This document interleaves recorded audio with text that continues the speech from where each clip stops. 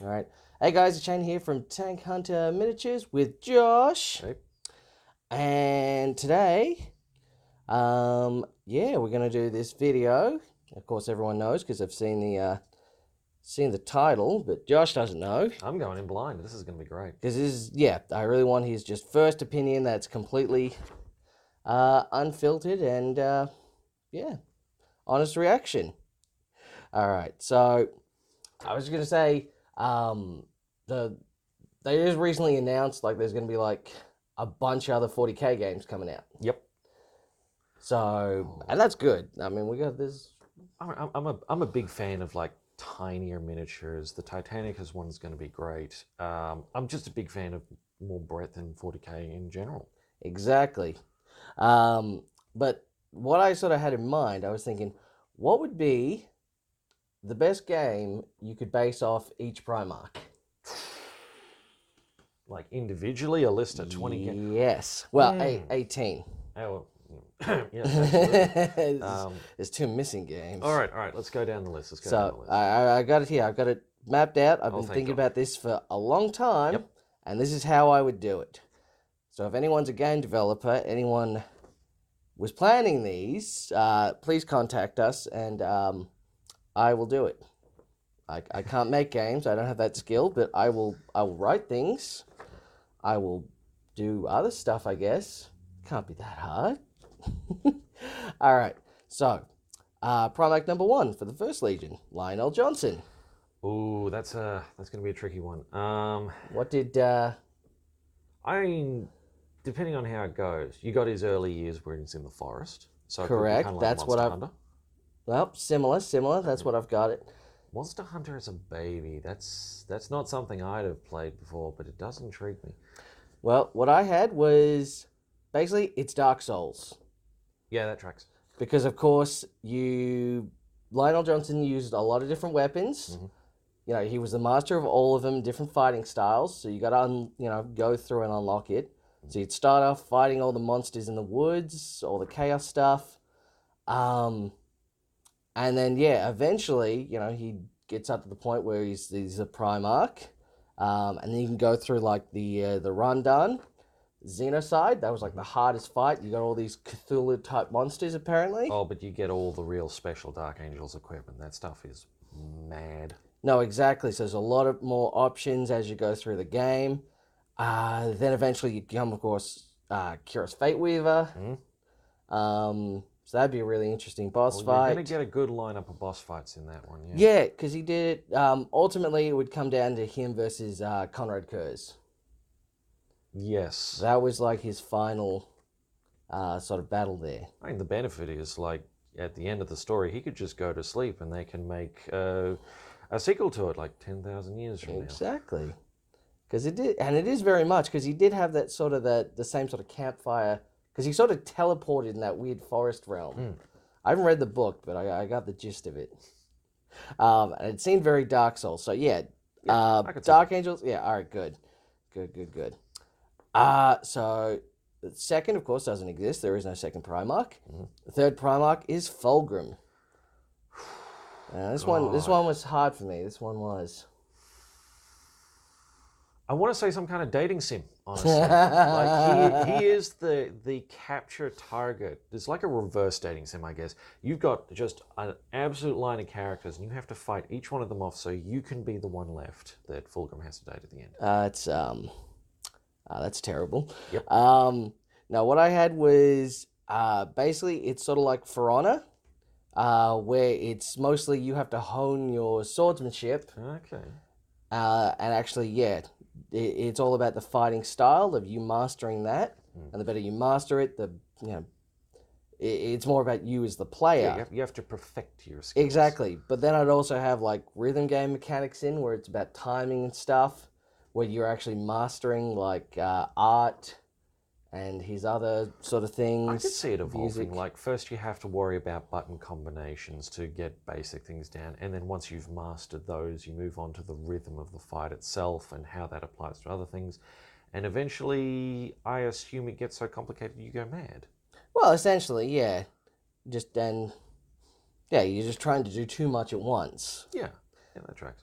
All right. So, but yeah, Fulgrim's was tricky because, like, I love the book, but he's so self-centered. It's hard to bring that into a gameplay type aspect. The next one though, Primarch the Fourth, Perturabu. Now, did you read the Perturabu Primarch book? Can't say I did, no. All right, that's I've got a pretty good idea of him. Bear in mind, this is based entirely on memes, but by God, there's a lot of those. That's it. Best I can think is... You ever played that game where you're out in like Finland or so, and you have to repair your own car amongst a whole bunch of other activities, like from the ground up? Now, what I'm thinking is you start with that, then you add in a whole bunch of your friends, other Primarchs, who behave like a bunch of ratty, drunken bastards, and then stack on top of that some kind of really blasé, doesn't pay much mind to the whole rest of the game wave defense of just like nothings and nobodies, just weird grey people coming at you that you just have to wholesale slaughter the whole time. And I think that's getting pretty close to what Perturaba goes through on like a daily basis. I mean, kind of. I think that's taking some sort of meta stats to it. But no, what I had for Perturabu is basically be like Civ, where because basically when he arrives, he gets taken. He climbs up this cliff face, and then he's meets his adopted father, who's a king of this one country. And it's sort of like this diesel punk sort of era. Oh, yep.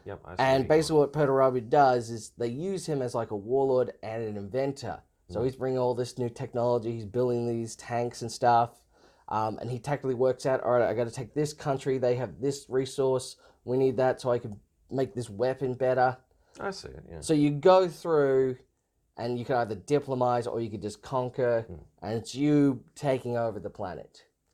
Very much, yeah, like a Civ. He's not on the front line. He's working it out from the back, and he's building, and he's thinking and doing science and stuff. I'd be interested in seeing like an end game where you are out in the heresy, and you have to manage. It's the extreme version of everything you've done up to that point. All your allies are fixed onto you, but they're just terrible people that can't coordinate. Well, and you have enemies that you just really desperately need to crush.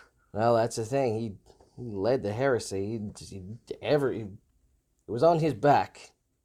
If you're reading the Siege of Terror, it's been good.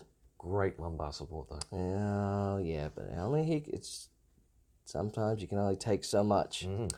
So number 5, the Khan, Jagged-Eye Khan. That's got to be a racing game of some kind. Well, I had it as Mountain Blade. Okay. But you're just playing as the Mongol faction. So it's that, and you've got to get all the hordes together, and you got to rally around, building your army up, going to different settlements, getting more men, until eventually, you're able to take your home world. That'd be great. That'd be pretty good. The only thing that I could then because that was the most satisfying horse combat game that I've played. Fair enough. The only thing I want to see out of that is eventually you get the motorbikes. Oh yeah, definitely. And then it's like you've put a cheat code in. I haven't actually read any of the Khan's novels, so I don't know if so sassy. It's great. It's fantastic. That's good. But on the home planet, did they have bikes or did they just have horses? Nope, they just had horses. Chigoris How did they find a horse that could support him? Now that is the real question. It's like, wait a minute. I always assumed you must have had a bike or something because... I think he might have just run fast, honestly. Strikes me as the kind of guy. But to the best of my understanding, the Emperor rocked up and was like, if you join my forces, I'll give you a motorbike. All right. That's right. Because, eventually it's like, here's your spaceship. Not fast enough. Make it faster. No, this is how they are. No, not good enough. Make faster. All right. So, that'd be fun. Yeah. So number 6, Leman of the Russ. I know you want to put something serious together, like trying to fight back the entire world like Frostpunk. I think it needs to be a drinking simulator. Well, similar. That's so Limit of the Rust. It's just Monster Hunter. Mm. You got to fight the krakens. You got to fight the giant wolves. So basically, you'd start off and you got to fight the wolves, and then you take over the pact. Then you're drawn to the settlement. Mm-hmm. So then you got to fight more stuff. But yeah, you'll collect more food and drink items to make stuff. Yep. Because what you want to do is gather enough. So then when the emperor is down to have the contest, you use what you've caught and stuff to win that eating and drinking contest. Oh, as a player, knowing that's coming, that's going to change the shape of stuff. Because, like, are you ever going to be good enough? No, exactly. So it's because you don't want to just because you're going to lose the duel. So you want to make sure you keep some of your honor by making sure you win the eating and drinking contest. To be honest, I think if that game was ever made, I cannot wait to see the person who speedruns it in their underwear. Just underwear, single stick, you just smash everything, and the Emperor's coming along going, he's perfect. Yep. He is Leviathan.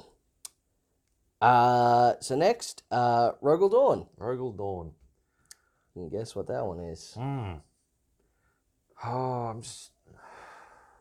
I want to say, what was it called? Stronghold. I want to say Stronghold, where you're building your castle, but you're always building your castle with thicker and higher walls and better siege defenses. You've got a little civ management behind that. You've got to make sure your people are fed numerous enough to defend yourself, but it's always just build more castle. Pretty much, I just did, tower defense game. Yep. And it's just based on the Siege of Terra. And that's Rogel Dawn is just, you got to defend Terra. That's the thing, though. It's like, but he always makes the tower, like, the tower expands. Like that would be an interesting take on a tower defense game where you have the one tower, but it's always getting bigger and fancier.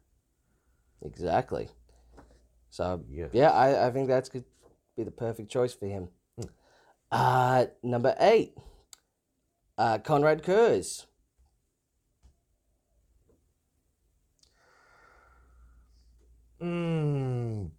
Boy, that's some MA to hard R-rated games right there. It's going to be very, very gruesome. The best I can say is like Arkham Asylum style Batman game, except he absolutely kills everyone he comes across. That's pretty much what I have written down. So it's Arkham Asylum, but also, did you ever play the Punisher game? No, but I saw a lot of it. Yeah, because in the Punisher, how you had those special creative kills? Sort of like that. You do creative things where you, like, make examples of people. Yeah, so, like, leave. Boy. And, like, if you'd have, like, a map area and you're trying to... You have objectives, like, put, this objective, make a man's intestines just sprawled out over this area. And you're taking the city and you've got to keep... like a level of fear up by doing enough sort of icons of gruesome display. The terrible things you could do in that game. Exactly. Ugh. But when you think of Conrad Kurz, it's just all terrible. Yeah, it's evil Batman. Yeah. All right, so good. That would be fun. Number 9, of course, Sanguinius. Oh, what to do with this boy? Yeah, it took me a while to come to a good feeling of it, but I think I got it. There's a thought. Okay, so I'm thinking End Days of the Horus Heresy. Like, it's all going down on Terra. Everyone's there, and Sanguinius is like, right, you see this guy, Horus? I'm going to muck him up. I'm going to get in there, and I'm going to smash him.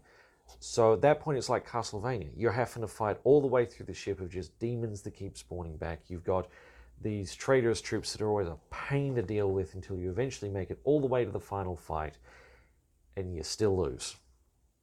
That is very depressing. Yes.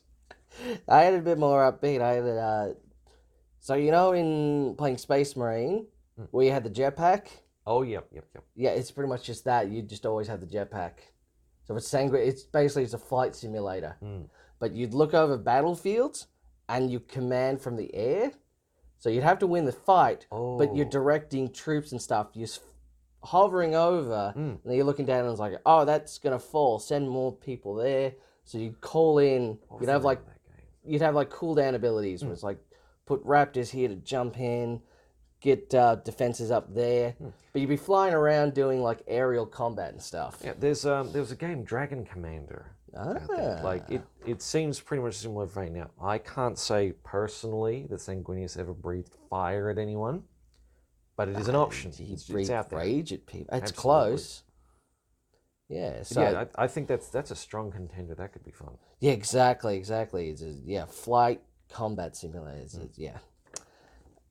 Number 10, of course, Ferris Manus. My boy Ferris. This is another sort of There's a tricky lot to one. work with there. Exactly. On the one hand, I kind of want it to be like I want there to be a component that there's weaponsmithing. Like you have to work as hard as you can to make the finest weapons. I like the mobile cities on Medusa. That's true. That's a great inclusion. You have to put that in, definitely. You have to do something. So it has to be okay. So Ferris Manus starts out as nobody. He's just dunked his hands in the necrodermis, so he is now the man with the iron hands. Yep. And it's your deal to get a city, just any city that'll take you, and start forging weapons, start forging people, weapons of war, and then just go bigger city to bigger city, just consuming or subjugating everyone before you. It's like Mountain Blade, or it's like any of these ones where you build up a horde, but the whole idea is to have a mobile force that just keeps conquering smaller and smaller forces in front of you until you rule the whole planet. Well, kind of similar. The thing with Ferris, though, he didn't really sort of conquer like that. It wasn't like there was sort of one force. He sort of liked everyone having their own independence.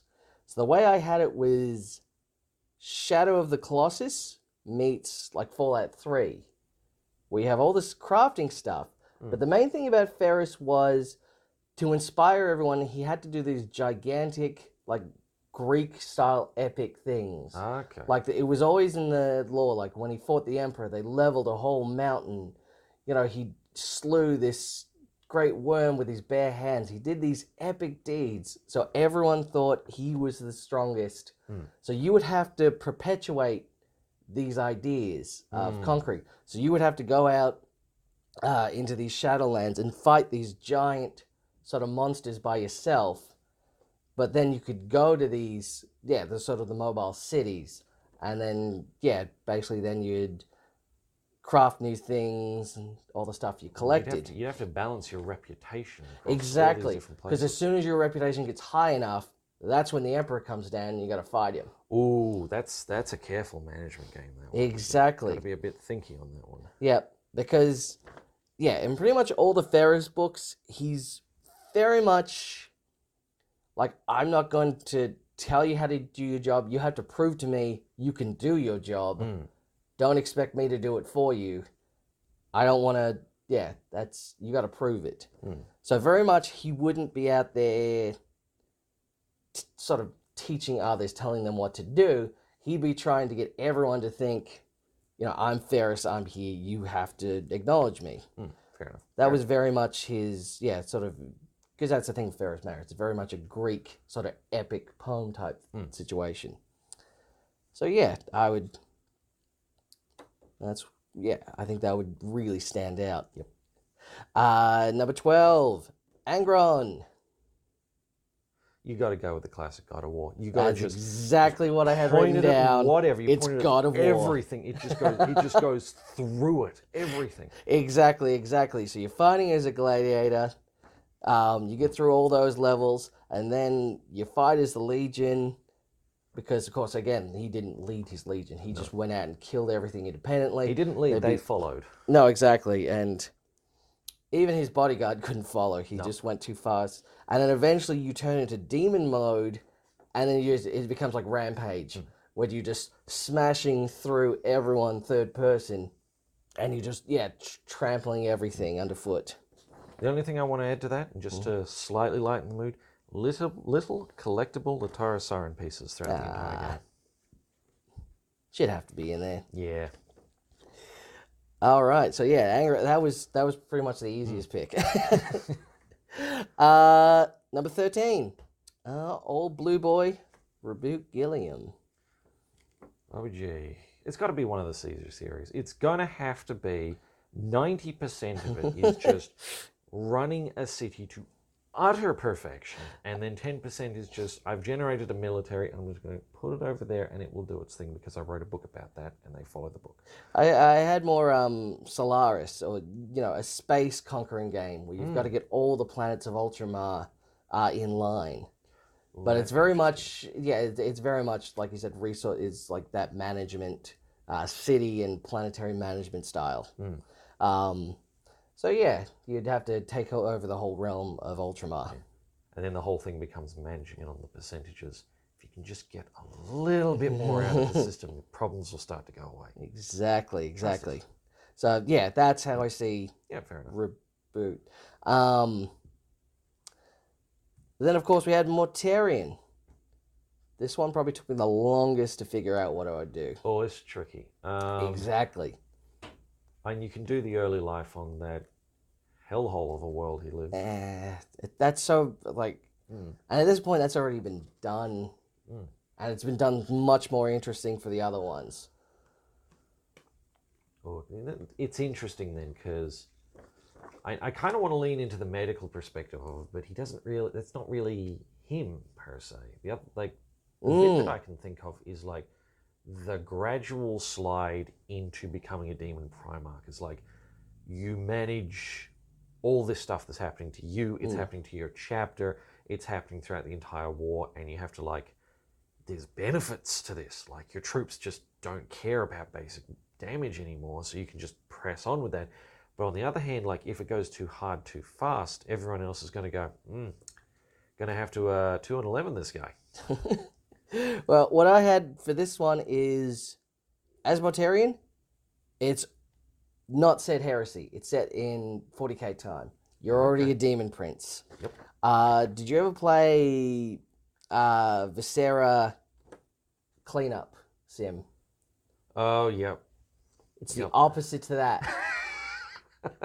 So basically you'd go to a planet and you have to infect the world. So you have to spread chaos around. Yeah. So you get into these fights, but your main goal is to spread corruption.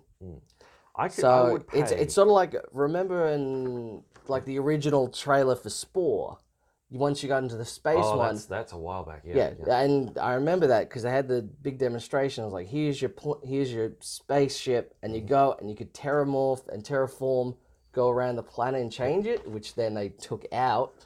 Which was always sad. That ruined the whole. Well, it ruined the space game. Look, I'd pay $20 to play Mortarion Makes a Mess as a game. Yeah. You just have little procedurally generated arenas of a city or a farming community, and it's it's sort of like a farming sim in a way. You plant corruption and you help it grow. You drop in, you just spray everything down. You could do it like Katamari style, where you have to start with the little bits and then you build up to the bigger bits. Yeah, Mortarion, that would be funny. He's like one of the only ones I would do. Skip everything heresy, go straight to now law, because it's just very not interesting what he did in the heresy. Most of what he did was just upset Magnus a lot and just be a little baby. I think we'll have to circle back to that point because I've got an idea now. All right. 15. Of course, Magnus the Red. Yep. So here we are. So Magnus does not get on well with basically anyone. At any given point in time, he's fighting with everybody. Pretty much. So as much as I want it to be like a big magic thing or possibly some degree of trying to reverse the industining of all the Thousand Sons, I kind of really want a game where it's like everybody is fighting Magnus in a purely social setting. Everyone's just dunking on the Red Boy in the worst way possible. Ugh. And it's like, you're not playing as Magnus, you're playing as everyone around Magnus, and you have to carefully balance the whole social relationship there so he doesn't just go off on one person. Until, of course, then heresy stuff starts happening, everybody picks a side. And then you either side against him, where you want to bait him into bad situations, or with him, where you want to bait him into bad positions just instead of you, I guess. I could see it being like completely abstracted from everything else. It's just like I was going to say that Magnus is angry. sounds sort of like a Phoenix Wright type game. A little bit, yeah. Yeah, where you're just talking and objecting to what he's doing. But it has to be pure comedy. Like the whole time you have to have those still pictures of people, and Magnus just gets so angry all the time. It's like that's your health bar is how angry Magnus is. All right, that might actually be it, because all I had was like a Skyrim, but it's sort of like you're going through like a dungeon delver where you're going through to try and get all these bits of knowledge and getting more corruption as you're doing it. There was this game, I never played it, an old housemate did, but basically to cast spells in it, you have to actually like do the procedures. You had to draw and like write the symbols and everything. Oh, I think I played that one. Yeah, I do not remember what it's called, but basically you'd have to do that as well, which you'd have to sort of solve the puzzles and like craft the spells from finding different things. Yeah. So it's your best. Yeah, you're playing a wizard out of Skyrim for the most part, but that would be cool. That would be fun. But yeah, you're right. That would be a bit more generic. While the other one was make Magnus angry. I like. Yeah, keep Magnus calm. He's seeing red. Magnus sees red. Yeah, I could see that. 16. Horace Lupercal. Jeez. Oh, boy. If I had to pick a period, you can't have 40k. It's not around in 40k, of course. I think it would be the opening scene is Horace waking up having just been cursed. He's just been through the ringer. He's now full on Chaos's side. Oh, I see. After he's been waking up in the temple. So the whole idea is it's like a stealth strategy where the idea is to make as many gains as possible until it's become clear that like half the primarchs are on the bad guy's side. And so you have to wheel and deal and schmooze and make sure everyone's happy because the War Master has things well in hand. And then suddenly, pow, War Master's actually the bad guy, and you just run rampant over the Imperium. The trick is, I think, gonna have to be speedrunning your way to terror with that. It's like, it's gonna be, if you wait too long, everyone else has built up too much or it gets too suspicious. If you go too soon, it's gonna be much harder battle. So it becomes his, like the War Master has the ability to set set Primarchs against one another or push their armies away. If you could like build up enough of a force and push all the other armies out of the way, he could just go straight for terror and no one would ever see it coming. So it's sort of like Mass Effect in a way. A little bit, yeah. Like, but you're also dealing with like the ability to influence people who then immediately become your enemies. It's got a diplomacy phase and then an all-out total war phase. Yeah, kind of like a Baron Harkonnen-esque. Yeah. Putting that into it. Well, that'd be pretty interesting. I had it as just an RTS. I just had it as Horus is just Dawn of War, but it's Horus. And you'd go through it, capturing more planets and stuff, and just get more corruption, and that would unlock more demon things and going down different paths of technology. Because I didn't have any other RTSs, and I'm like, oh yeah, Horus, where it's more about the Legion. Sons of Horus would be more Dawn of War RTS type game. That could be like that could have a whole complicated morale system. Like, are you keeping the legions together? Is your own legion about to betray you? That's true. Because as soon as you could do it so you had relationship things. So as soon as you turned, like I'm gonna lose Lokin, but I'm gonna keep Abaddon, and it's sort of like you could influence. Yeah, sort of relationships of who you're going to lose when you do certain actions. I'm not sure if I'd make the same trade Horus did when it came down to it, because, like, I mean, that's knowing what we know now, yeah, Abaddon's not great at his job. Took him 13 tries. Yeah. They weren't failures. They were all successes. Yep, absolutely. Always have been. Really? So 17. Loga. Aurelian. I want the game to be bad. Just low quality trash. Oh boy. It comes to mind. It's like, do you ever play Black and White? Oh, yeah, yeah. Yeah, so like the whole thing is based off of, predicated on faith. Like he's there, but he's not out leading armies. He's just proselytizing to these people and trying to build faith for his church and win over area by area. And it's like, eventually the idea is there is a huge calamity. The emperor just shows up and is like, be a shame if anyone was worshipping anybody around here, including me. That's it. You've built the city pretty much like a church state. Don't know how you think about that. I never made my opinion on this whole thing especially clear to anyone, but I'm going to now punish you relentlessly for it. So you have the first phase, which is winning over everything he had up to the Emperor squash it all. And then it's just doing that on hard mode is the second half, because you've got to then sway people who are loyal to the Emperor to just be like, yeah, you're right, the Emperor is kind of a dick. Well, I had it as like an adventure puzzle solving game that uses mostly dialogue. Think LA Noire, where once you're on the planet, you're then looking at their culture and their stuff to convince people.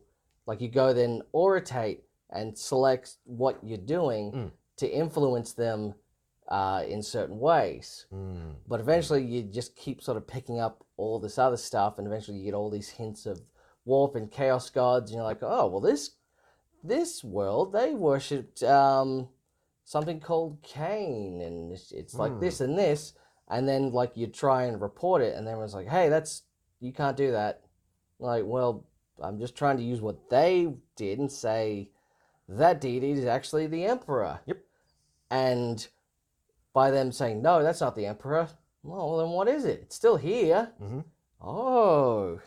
And then eventually you'd unlock, depending which way you go. That could be interesting, because like it would lead to like, it would show the whole perspective of him uncovering this sort of stuff. Pretty much. The general perspective is like, everything's roughly fine. He's a little rebellious. The Emperor stomps on him and he just goes hard bad. And it's like, well, there's a bit more nuance to that. Well, yeah, if you read the first Heretic, it is pretty much just a split, just snap. And it's like, oh man, you are always terrible. Yep.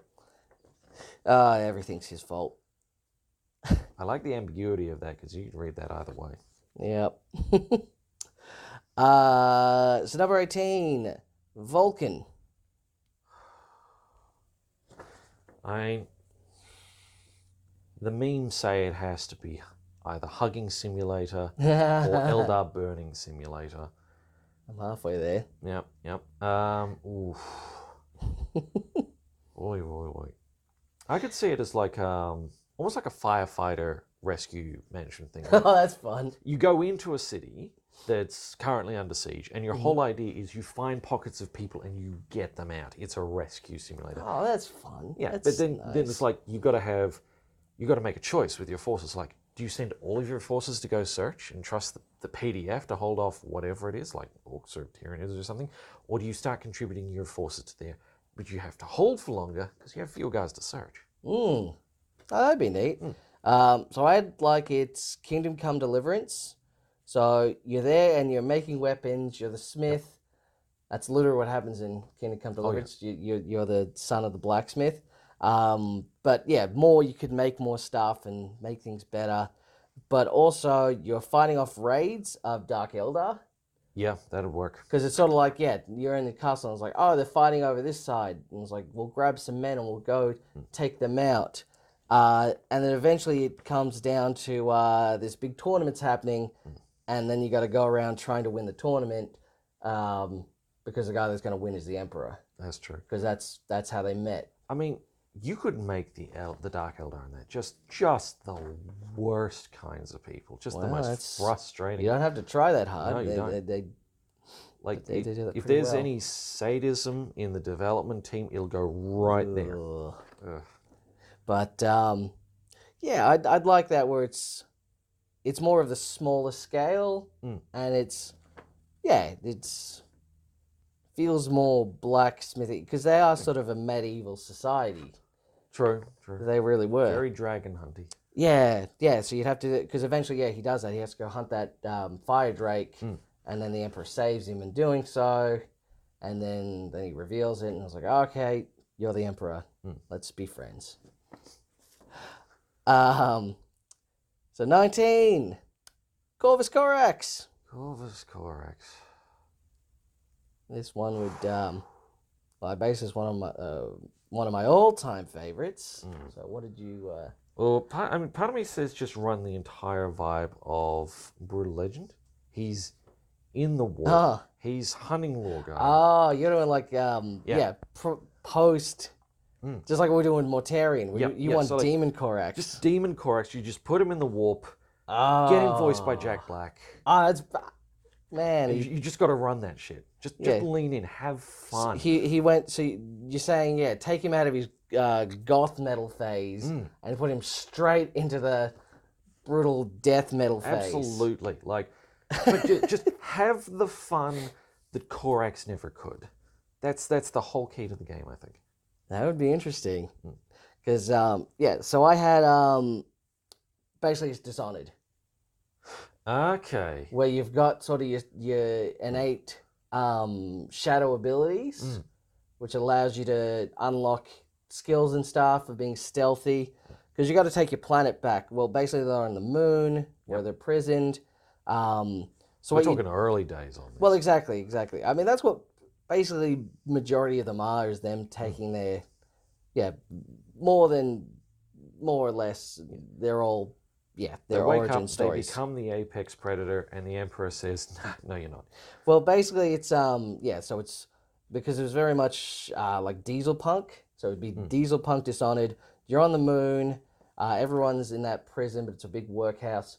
Basically, you go through the day plotting out like all the weaknesses and stuff, and then at night, that's when you become the outsider. Ooh, that'd be a good one. And you got to stealth to take out people. You got to set all the stuff. You got to keep the rebellions alive, because golly, they're just incompetent. Yeah, you got to keep them alive.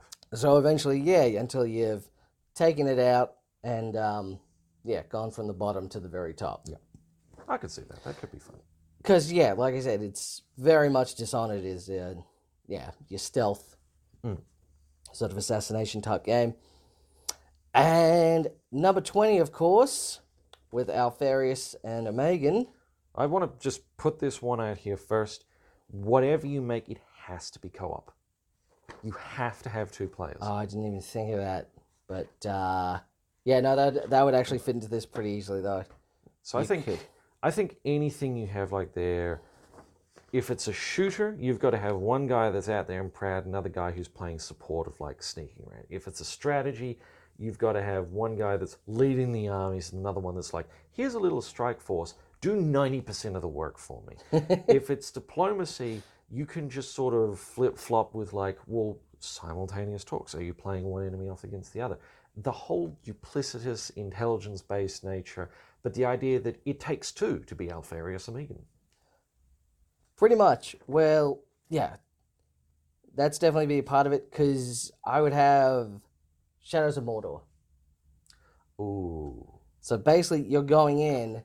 You're replacing the leaders of these enemy armies. Ooh. So you go down there, basically duel them, and finding out this information by being stealthy around people, take them out. Now you're in charge of that little faction there.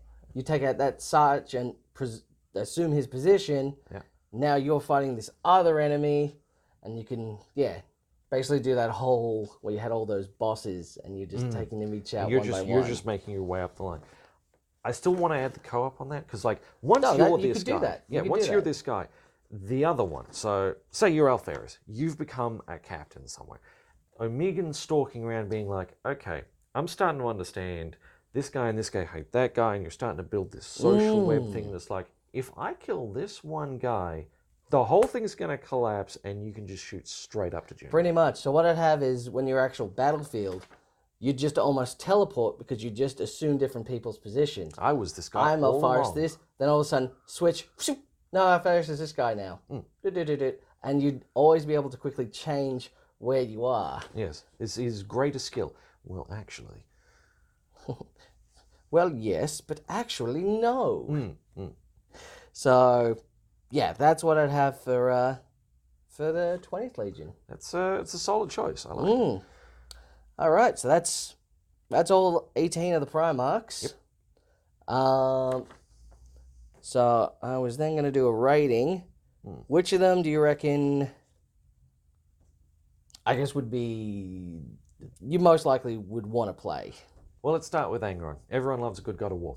So you reckon go straight through the enemy. So you reckon Angron's going to be... That's a strong contender, I think. All right, so I'll give that a 1. A little bit of the mindless ultra-violence. I like that. Pretty much. I mean, the God of War games are still going. They're doing so well. Exactly.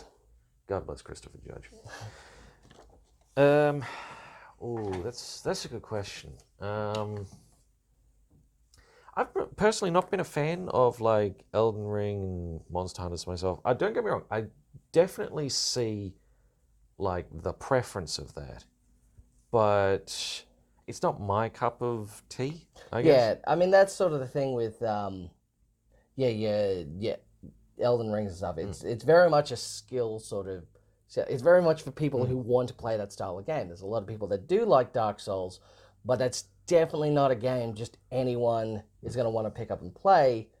But for Lionel, it's just the perfect fit for him. It is. I'm going to have to, for my preferences, rate those quite a bit lower. I think my number 2 game, now that I remembered it exists, definitely got to be Mortarion. It's quick, it's easy, it's lighthearted, and it's just over and over fun. Well, I mean, that's the thing of all the Chaos Gods. The most popular one is Nurgle still. He's a happy guy. Exactly. So, yeah, Khorne, Nurgle. I like Korak. I like Corvus Corax. Oh yeah, I would that friggin' love that game because I sucked my time. Well, like I said, I loved, Dishonored so much, and yeah, like I said, it's not even that much difference thematically. It's just diesel punk over being steampunk. Well, I mean, that was sort of on the level as well. Yeah. No, I would love that. Beyond that, it's getting hard to pick because it's all sort of mushing together in my head. Well, I like the Conrad one. I would hate the subject matter. I would really like the mechanics. Oh yeah, Conrad Kurtz. Yeah, I mean that's the thing, and yeah, stealth. So the third-person stealth takedown games are just so good. Conrad is 4th. Yeah. Number 5, I'd have to say, golly, Rogal Dawn. The man knows how to build a wall. He certainly does.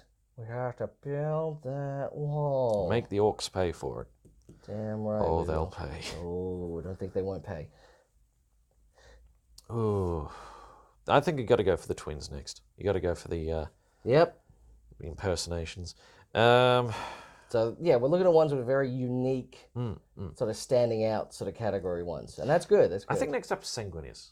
You've got to have this commander style. I think you can do a lot with that. I think, and especially just the visuals, you'd have to get so good visuals of like going through clouds, seeing the way you could see the loading screen is just him soaring through the heavens. Because they do go through that a lot in the books, how much he enjoys flying and everything. He's like, I shouldn't even be able to fly. This is not how birds fly and stuff. I shouldn't be doing this, but I can. Yet here we are. So it's a good mindset. Just enjoy it while you're here. Exactly. It would be very chill. I think next up you got to have Ferris. Good stuff. Shadow of Colossus vibes. It's been too long. Exactly. You're climbing on this big monster. You got to wait for the right time to like pull it down to earth. It's like the worm thing would be surfing around the lava. You got to wait for the right timing to grab it, plunge it. You can do a lot of fun stuff with that. I'm getting vibes of like at the moment it's all sort of mushing together. So like I think 9 through like 15 is going to be your Horus, your Vulcan, your Lorgar, your Jagatai, anything that's like an RTS of horde mechanics or arranging people or anything like that. That's going to run the majority of the middle of my choices here. All right, so we'll go 9 for Horus. Yep. We'll go 10 for Jagatai. Yep, 10 for Jagatai. Let's do 11 for Vulcan. Where are you, Vulcan? Right Vulcan's there. in there. Vulcan 11. Yep. Yeah, probably. I'd say 12 for Magnus. 12 for Magnus, yeah, that's fair. Yep.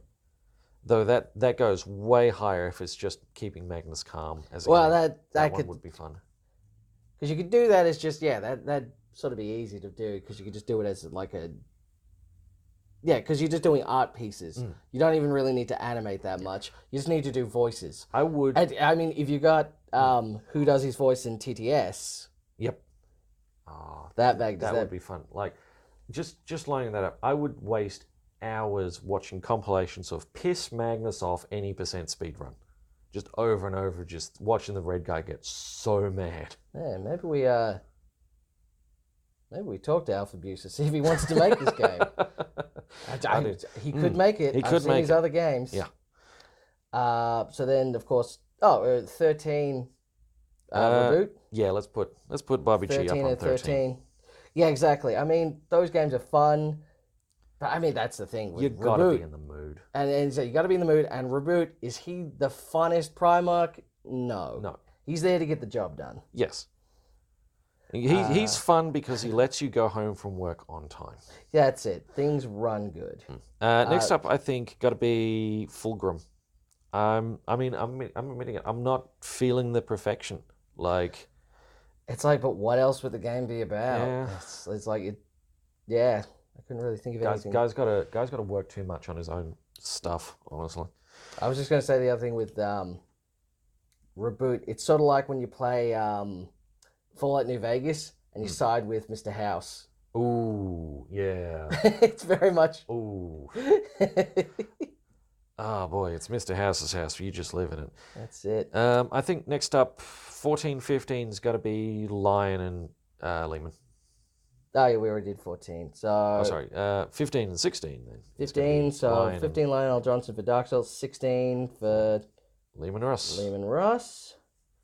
Who's left? 17 for Purdy, I think.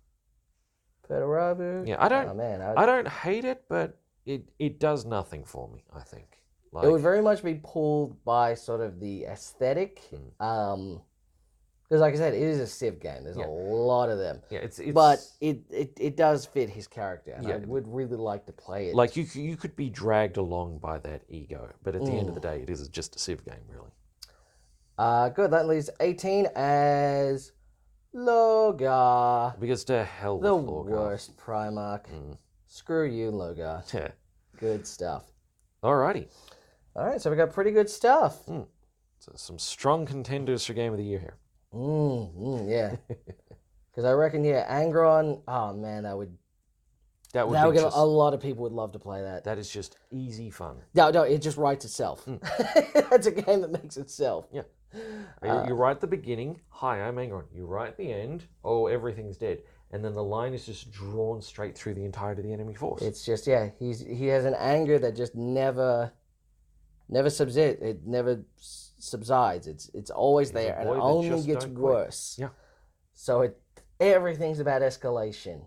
And then, like if you played one of the Godzilla games, where it's just Godzilla running on the city and just wrecking everything. It's a demon Primarch at the end, and just that's the payoff at the end. You're now literally unstoppable, and you're just smashing through everything. It's the basic payoff in the human psyche, the need to destroy everything. Yep.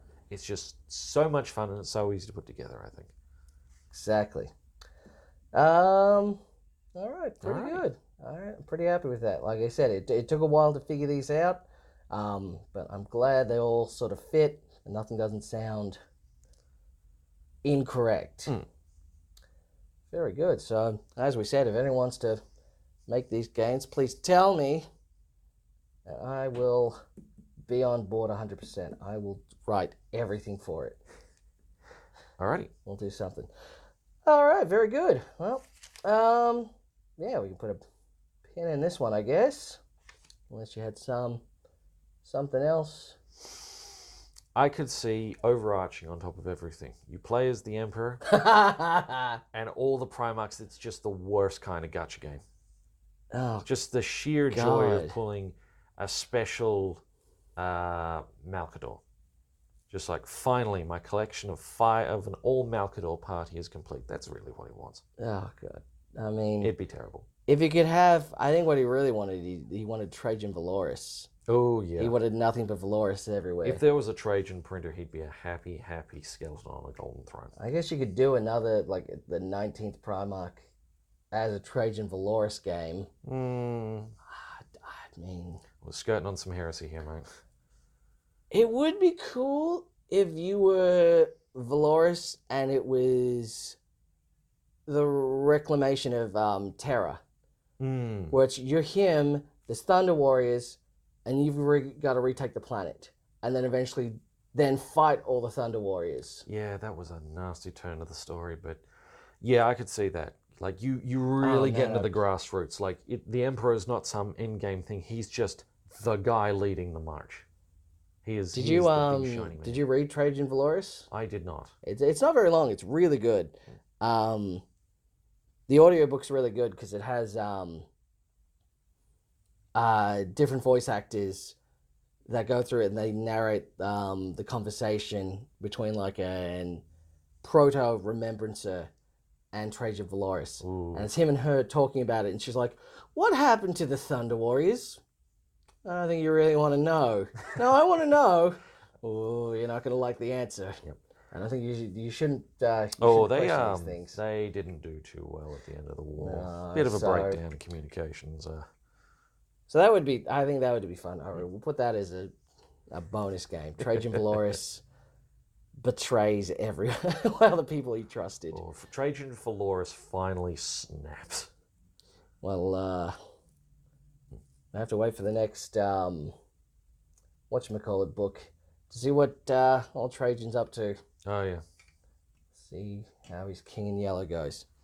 But yeah, if you guys liked it, or if you had ideas as well, definitely leave a comment letting us know. And yeah, this was fun. We'll have to come up with some other lists down the track. Yeah, definitely. All right, perfect. Yeah, till then, we'll see you guys soon. Catch you next time.